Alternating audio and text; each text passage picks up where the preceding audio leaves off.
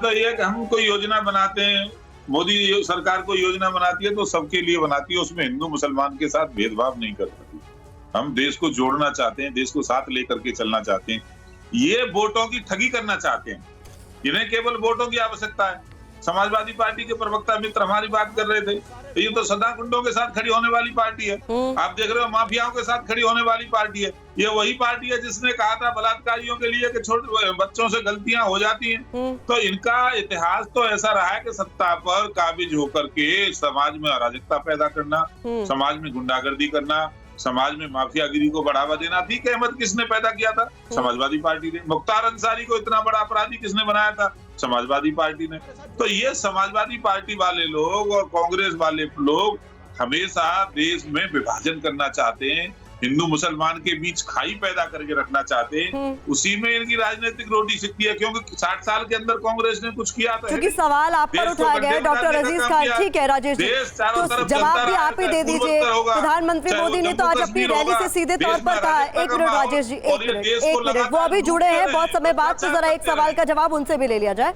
हाँ डॉक्टर अजीज खान, ये सवाल प्रधानमंत्री मोदी ने खुद अपनी रैली से उठा दिया है कि हर 2 घंटे में आपको अपने कैंडिडेट बदलने पड़ रहे हैं, ऐसी नौबत क्यों आन पड़ी? और MY समीकरण की हम जब भी बात करते हैं तो समाजवादी पार्टी का नाम लेना जरूरी हो जाता है, तो और ऐसी नौबत क्यों आन पड़ी है? वो सीटें जहां पर मुस्लिम उम्मीदवार थे उनके भी टिकट बदल दिए गए।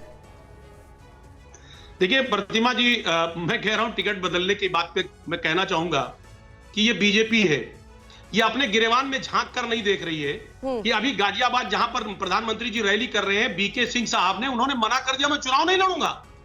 यही कानपुर है, सत्यदेव पचौरी ने मना कर दिया चुनाव नहीं लड़ूंगा। पवन सिंह ने टिकट मिल गया पवन सिंह को, उन्होंने कहा नहीं लड़ूंगा। आप गुजरात में देखिए, बड़ोदरा से रंजन बेन, उन्होंने कहा मैं नहीं लड़ूंगी। फिर आप बीजेपी का गिराने लगे। आपके यहाँ जिन्होंने कहा मैं लड़ूंगा उनके टिकट तो काट दिए गए ना। अरे प्लीज, समय की कमी होती है और आप इसमें समय जाया कर देते हैं। सुन तो लीजिए, दर्जनों लिस्ट है, दर्जनों की। ये वो लोग सवाल उठा रहे हैं जो अपने गिरवान में नहीं झांक रहे हैं। कौन टिकट बदल रहा है और कौन टिकट मना कर रहा है, ये देखना पड़ेगा। आज समाजवादी पार्टी के जो मुखिया है वो जो तय कर देते वो सर्वमान्य होता है। साहब ST हसन की शक्ल आप भूल गए क्या? वो जो रिएक्शन दे रहे थे मीडिया में आकर। सुन तो ले, अरे सुन तो ले प्लीज, आप सुन ले। देखिए माननीय प्रधानमंत्री महोदय का की गरिमा होती है, गरिमा होती है। देश के प्रधानमंत्री हैं, वो जिस तरह आज कटाक्ष कर रहे हैं, हकीकत यह है कि कहीं ना कहीं ये बहुत दुखद है। अपनी उपलब्धियों पे बात करने के बजाय, 10 साल की उपलब्धियों पे बात करने के बजाय वो उपलब्धियों की बात नहीं करते, वो हिंदू मुसलमान की बात करते। आप भी तो इधर उधर की बात कर रहे हैं। 2014 में आपने कितने मुस्लिम उम्मीदवार उतारे थे, अब क्या हालात है ये तो आप भी जानते हैं ना। अरे सुनिए ना, ये मुस्लिम लीग की बात करते हैं।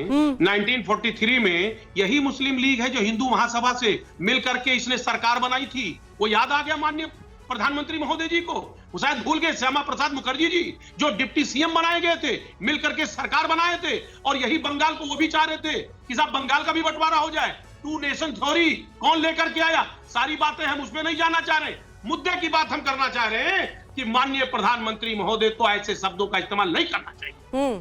आप देश के विकास की बात करनी चाहिए। आपने गारंटी ली थी, 2 करोड़ नौकरियों की गारंटी ली थी, 10 साल हो गया, 20 करोड़ नौकरी कहां गया? आपने MSP की गारंटी की ली थी, कहां गई MSP? आज किसान जिस तरह सड़कों पर है, प्रदर्शन कर रहा है, उसकी बात नहीं सुनी जा रही है। कील कांटे लगाए जा रहे हैं। 750 किसानों ने आत्महत्या कर ली, शहीद हो गए। उन पर बात नहीं होगी क्या? देश के विकास पर बात नहीं होगी? सिर्फ तुष्टीकरण की बात होगी, तुष्टीकरण की बात। ये देश बर्दाश्त नहीं करेगा। आज बड़ी बड़ी बातें हो रही हैं, टीवी चैनलों पे बैठ करके बड़े बड़े भाषण दिए जा रहे हैं। हकीकत यह है तुष्टीकरण की राजनीति। आप विकास की बात करिए, महंगाई की बात करिए, जो वायदे आपने किए थे, गारंटी ली थी, अब फिर गारंटी कह रहे 2047 में करेंगे। 10 साल कम पड़ गया क्या? आपने तो सिर्फ 60 महीना मांगा था। ठीक है, अब 10 साल मिल गए आपको। ठीक है राजेश जी, मैं आपका रुख करूंगी, लेकिन तहसीन आप लगातार सुन रहे थे, इससे पहले राजेश जी की तरफ से क्या कुछ सवाल उठाए गए हैं। साफ तौर पर कहा जा रहा है कि वोट तो चाहिए, लेकिन सीधे तौर पर बोलने से अब पार्टियां परहेज करने लग गई, ऐसा क्यों? नहीं, किसका वोट चाहिए? सभी भारतीयों का वोट चाहिए। अल्पसंख्यकों का वोट चाहिए, मुसलमानों का वोट चाहिए, नहीं चाहिए क्या? नहीं, एक सेकंड, अल्पसंख्यक क्या भारत देश का हिस्सा नहीं है? अल्पसंख्या भी इस भारत देश का हिस्सा है। अल्पसंख्या में महिला आती है, अल्पसंख्या में थर्ड जेंडर आते हैं। पूछ लीजिए ये भाजपा के जो हमारे प्रवक्ता भाई, उनसे पूछ लीजिए थर्ड जेंडर पे इनका क्या स्टैंड है। कांग्रेस ने छाती ठोक के क्या है, हम सिविल यूनियन एक्सेप्ट करेंगे, उनके मैनिफेस्टो में बताइए इनको अग्री करेंगे या नहीं। थर्ड जेंडर ये अल्पसंख्यक नहीं है, सेक्सुअल माइनॉरिटीज नहीं है। अब ये नहीं बात करेगी इसके ऊपर। अल्पसंख्या का मतलब केवल मुसलमान नहीं, ये सिर्फ मुसलमान की बात करना चाहते, क्यों पोलराइज करना चाहते। मैं आपके डिबेट की शुरुआत में कहा, आप देखना ही डिबेट, और जैसे जैसे अजीज भाई और मैं पॉइंट्स आगे रखेंगे, ये दाऊद इब्राहिम पे पहुंच जाएगा। अरे मुस्लिम लीग के साथ सरकार बनाने वाले, कांग्रेस को रोकने वाले, वो आज सिखा रहे कांग्रेस को क्या करना चाहिए।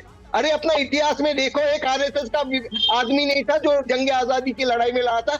अल्लाह अकबर और भारत माता की जय और वंदे मातरम के नारे हम लगाते, हमारे पूर्वज लगा रहे थे, आपके पूर्वज नहीं थे, राजनीतिक पूर्वज। तो सुन लीजिए इस बात को। आज मुस्लिम लीग की आप बात कर रहे हो, हिंदू और मुसलमान बच्चों का दुश्मन एक ही है। शिक्षा नहीं है उनके पास, पेपर लीक है, नौकरियां नहीं है। ये हिंदू बच्चे का भी दुश्मन है, मुसलमान बच्चों का भी दुश्मन है। जितने भी भारतीय जनता पार्टी के नेता है, इनके सारे बच्चे विदेशी यूनिवर्सिटीज में जाते हैं, अंग्रेजी में पढ़ाई करते हैं। ये हमारे बच्चों को क्या मिलना चाहिए, इसकी हम बात करें, इस पर बात करो। पाकिस्तान को छोड़ो,